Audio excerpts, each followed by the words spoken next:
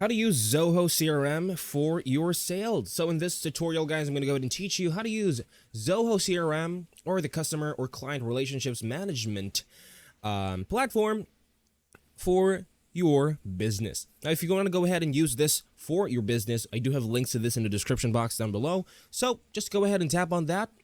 So you could also get started with Zoho CRM. All right, so let's get started. Basically, once you have already logged in into your account, what you guys should see is the dashboard view. Now, I have not yet logged on to my account just yet, but I want to go ahead and just show you guys through my voice and show you what it's going to be, or rather what it's going to look like on the Zoho CRM website over here. But essentially, once you have already logged on to your account, the dashboard should look like something like this over here. Now, you could actually see all of your sales metrics, recent leads, and activity timelines on there.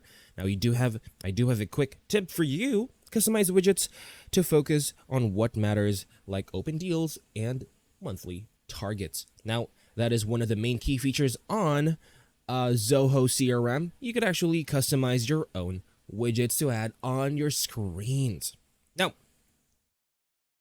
second thing that you should know is how to add a new lead. So this is going to be pretty easy, guys. I want you to go ahead and tap on the leads button, or the leads section of your dashboard, and then tap on create lead. Enter the name, company, contact info, and source. Assign the lead to a sales rep, and then click on save. Once you've already added all of those necessary information of that lead, you can now assign it to one of your sales rep, or just assign it to yourself if you were a one-man team.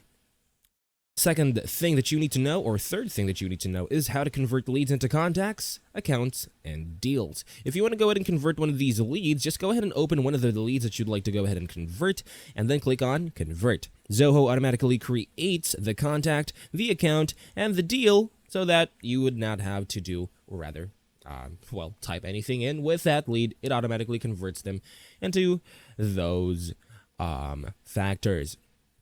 Now, if you'd like to go ahead and automate the follow-ups on your workflows, you can easily go ahead and do that with just tapping on the settings, going on workflow rules, and then you should create rules to auto-send emails, assign tasks, or trigger reminders when deals move stages. This ultimately saves time and keeps your sales process consistent.